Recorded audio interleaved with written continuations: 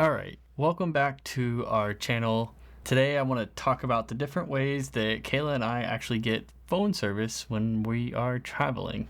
Now, this is quite a complex topic, so up front I want to put some caveats out there. I have way oversimplified this so that it can kind of fit in this video, but feel free to comment down below what has worked well for you when you are traveling in other countries, and that may help other people who are watching this video about something that I may not have covered. I should mention that none of this content is sponsored. This is just what we have used and what we have found is most successful for us. Oh, also one technical note, it really depends on the cellular bands that your current cell phone supports. So if you have an iPhone like Kayla and me, that should work really well for you in most countries because it's basically a global device. They support almost all of the bands. Now, if you go to one of the few countries that doesn't support an iPhone, I don't think pretty much any US device would work there.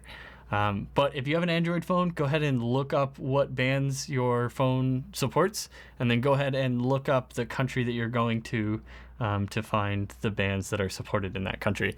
And that might help you get an idea of how well your cell phone will perform in those countries. You don't need to have all of the bands, but having most of them will definitely help out. All right, so jumping into it, there's basically three ways. So the first way is probably the most traditional way, and that is, picking up a SIM card as soon as you land, popping it into your cell phone and turning it on. Now, there is a few downsides to this.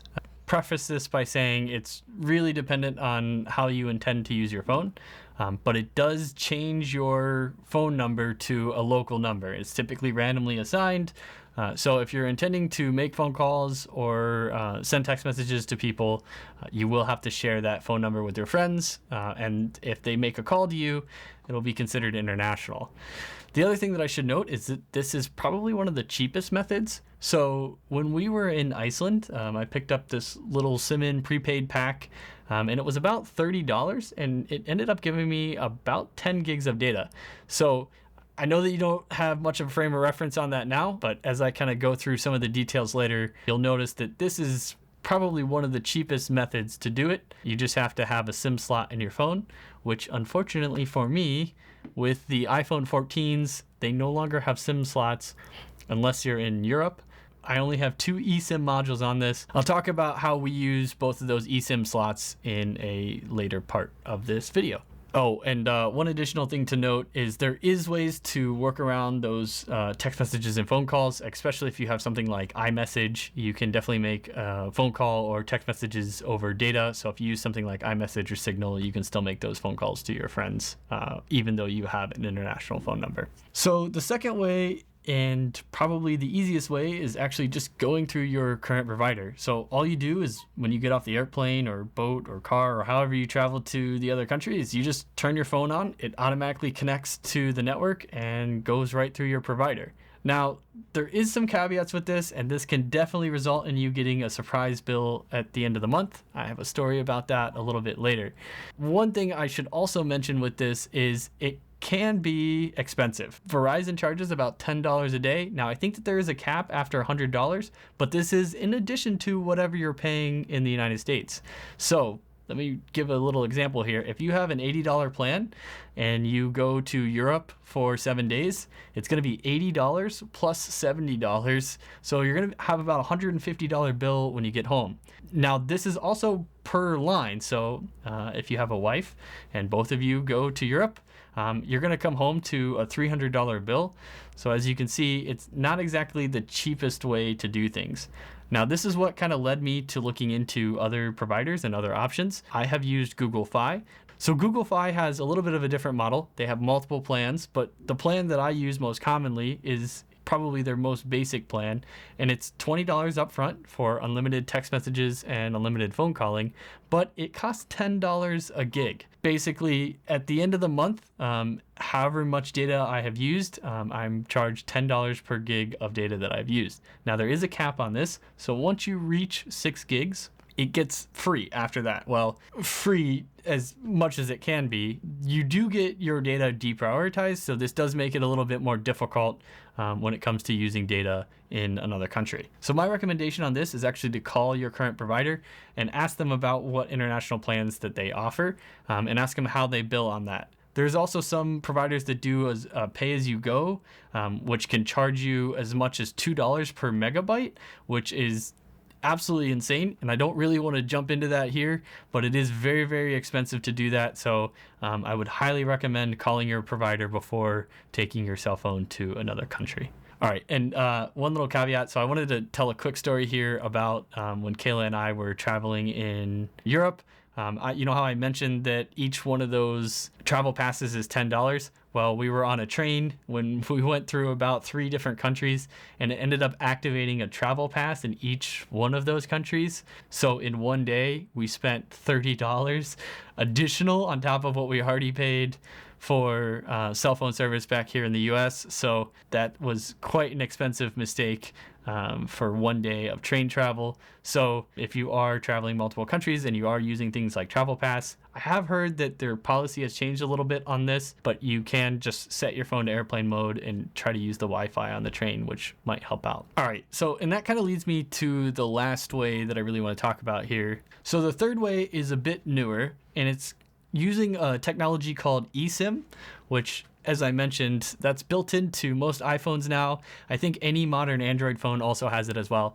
You can use an app called AirArlo. Now, AirArlo is a great application, and it allows you to get eSIMs from local, regional, and global.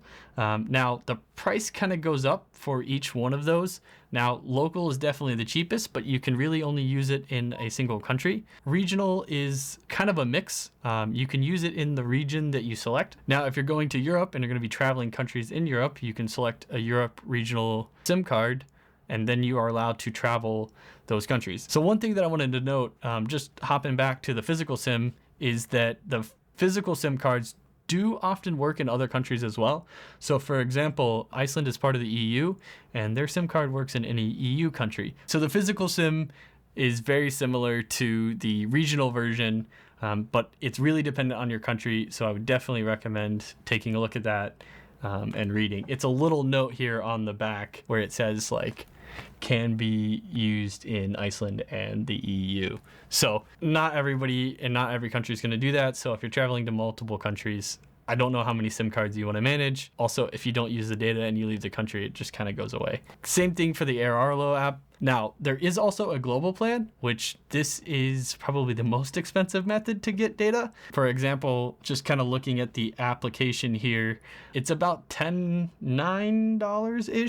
per gig of data for the global plan, and it can be significantly cheaper for getting data on the local plan, especially dependent on the country that you go to and how prevalent their cellular networks are. So the AirArlo app is somewhat cost efficient, especially if you're just planning on using data, but there is a bit of a downside to it. And this is where I should kind of caveat this, that this might not be the best option for everybody.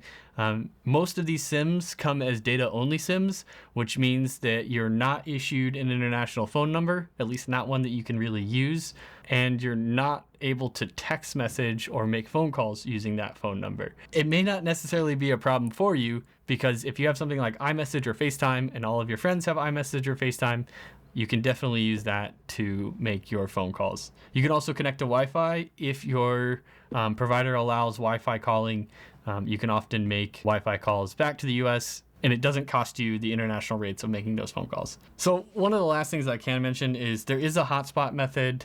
This is really complex. You can buy SIM cards and put them into a hotspot, and everybody can kind of share the hotspot. I don't know if I want to go into too much detail about this. If this is something that you are interested in, I think it does require a lot of technical experience in order to use something like this where, you know, everybody in your group can share it. There's a lot of downsides to it. So I don't know if I want to really mention and talk about it on this video. But if you are interested, go ahead and comment down below that you would like to hear me talk about hotspots and hotspot use in foreign countries. We were able to successfully use this in Iceland, but did take a significant amount of work kind of getting it initially set up, and it does require buying a local and physical SIM, and does require an unlocked hotspot. All right, so hopefully that gave you a good overview of the different ways that we have used to stay connected while we are traveling. Now, feel free to comment down any questions that you have below. I will do my best to answer some of those. I know everybody's situation is different. I know that I can't answer every possible question, but hopefully that will really help you understand the different options that are available to you when you are traveling. We appreciate you watching this video and taking the time to make it this far. We know that a lot of people watch our videos aren't actually subscribed to our channel, so it would be much appreciated if you could go ahead and give us a subscribe. Also, if you like this type of content, please give us a thumbs up. It helps us kind of gauge what type of content people like so that we start making more of it. Otherwise, have a good rest of your day. Thank you.